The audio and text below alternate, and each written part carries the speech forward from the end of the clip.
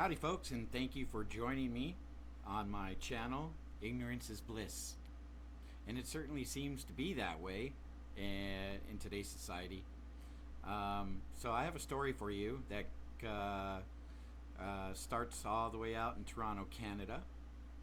And it involves a tale of wokeness. Now, some of you may still be wondering what wokeness actually is. Well, wokeness is actually a deficiency in your brain that blocks or inhibits any logical thinking. And the result is illogical thinking, irrational thinking, and it's, the reason why the Cleveland Indians are no longer the Cleveland Indians or the Washington Redskins or the, the Kansas City Chiefs. Aunt Jemima and Uncle Ben rise, and say goodbye to Dr. Seuss too, and Dukes of Hazzard. It's all part of wokeism, and if you disagree with any of those ideologies, then you get canceled. It's just as simple as that. So that could explain why stories like this coming out of Canada are even happening. So fasten your seatbelts and let's see what today's wokeism is. This little story about a girls rugby team in Canada who got a new member on their team. So let's check it out and see what that's all about. Back, Ezra Levant here. We were talking to my friend Sheila Gunn-Reid a moment ago. I have another colleague in Canada. We call him our mission specialist, and one of his special missions is tracking transgender insanity.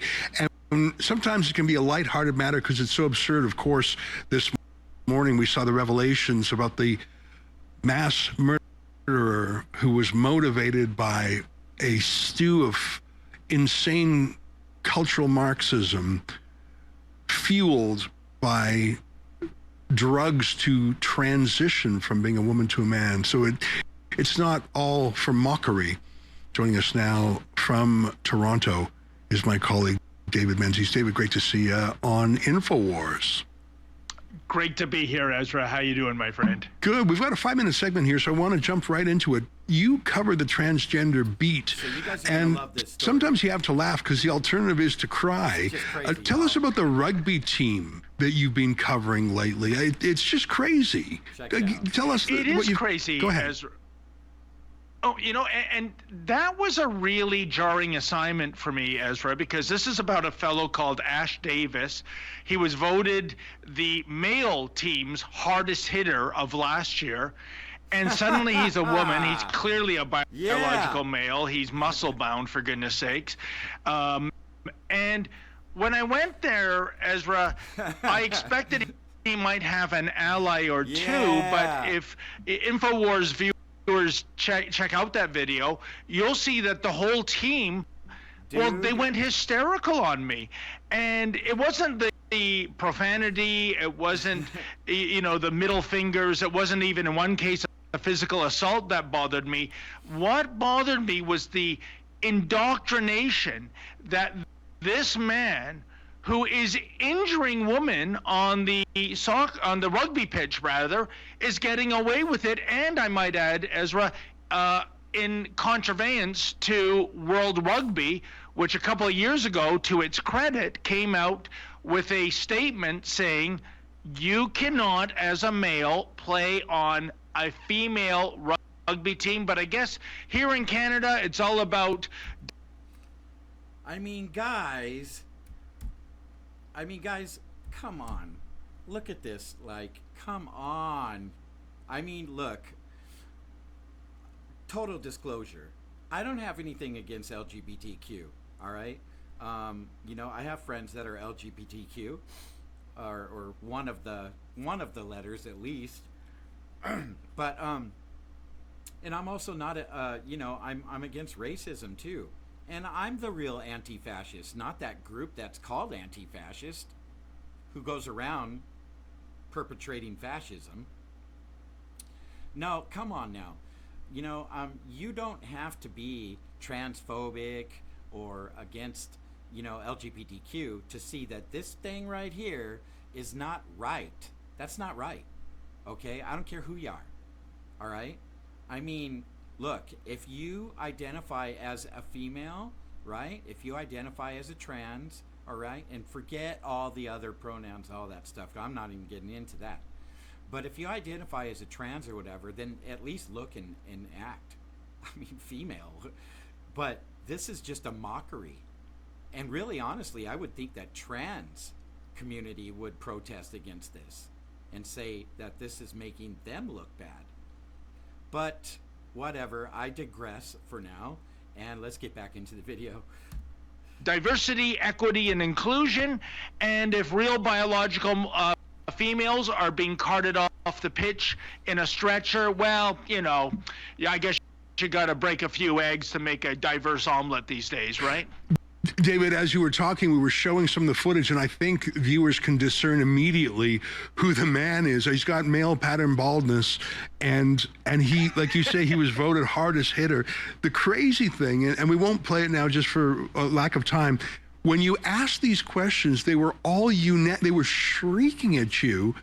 Like, everyone on the team was defending this bloke. Like, I mean, I guess any women who were offended by this had already quit. Stop. Okay, so here's the thing, right? Women, are you paying attention? Okay, now, it's just unbelievable to me that all these people are just defending this, okay? But women are defending this. Women of today's society, take note here, okay? Because this is a disservice to everything that you, as a group, have fought for: equality and the fair treatment. This is ridiculous. This just completely invades your space, and I mean, I would think that most of you, majority of you anyway, would feel that way, and that this wouldn't be happening. But we are in a woke society today, folks, and so there you have it. That's all, folks, right? But women take note, because it's a slippery slope. Let's get back to it. The team, or they were terrified of wrong-think and being punished. And I guess having a bloke on the team, well, that's the problem for the other teams who get hit. That's the only explanation I can figure out. What do you think? Well, I'll tell you what I think. What I think is it doesn't just end there. I got another story for you. Same guy, Toronto, Canada. Different thing altogether. This time, this is a women's swim competition. So let's check that out. My Toronto friend, David Menzies, our mission specialist.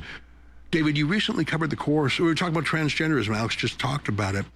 I want to talk about that crazy swim meet for 13-year-old girls where a 50-year-old man was allowed to enter and compete. Tell us about that, and I think we've got some visuals for that too. Go ahead. It was unbelievable, Ezra. We were tipped off by concerned parents, and they said, you must get out to the Markham Pan Am Center. That's a pool just north of Toronto. There is a 50-year-old biological male, and he's swimming against 13 and 14-year-old biological females. And at first, the authorities tried to deny it, but thank goodness we had the game sheet, if you will, which showed the names and ages of all competitors. 9 out of 10 were females, either 13 or 14, and then you see plop, Melody Weishart. That's not his real name. His real name is Nicholas Cepeda, age 50. And this apparently has the blessing of Swimming Canada, which is outrageous, Ezra. Oh man, that's classic. I mean, really? What the heck is happening in our world, folks? listen, at some point, y'all need to speak up about this. This is really just epic. I mean, let's continue. Because last month was the world meet for swimming, and World Aquatics, the international governing body, created for the first time an open category. And that was, if you're not biological male, not biological female, here you go. You've been clamoring for years and years and years. You want to compete. So at the Berlin swim meet, they had this open category. Guess what? 0 entrants. And to me, this is a big red flag, Ezra, because maybe this is not about just getting in the pool to compete with people of the opposite gender. Maybe this is about changing and showering with, in this case, minors of the opposite gender. Once upon a time, I think that would get you arrested. Now, again, it's a celebration of diversity, equity, and inclusion. And by the way, Ezra, we cannot get a straight answer from any of the authorities, any of the people that ran the club meets, whether this person got into the change room with these 13 and 14-year-old girls and got to get naked with them in terms of changing and showering, which I think is absolutely despicable.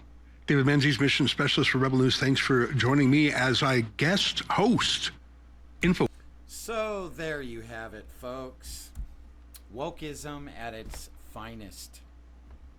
I don't know what it's going to take to turn this around, to ever come back from this. Not quite sure if it ever will. Maybe this is just the world that we live in today. I don't know, but it does stand testament that when you hear women quite oftenly say that all guys are assholes, there might be some validity in that. Anyways, tell me what you think. Leave a comment, like, or subscribe. And I'll see you next time on Ignorance is Bliss. Peace out, y'all.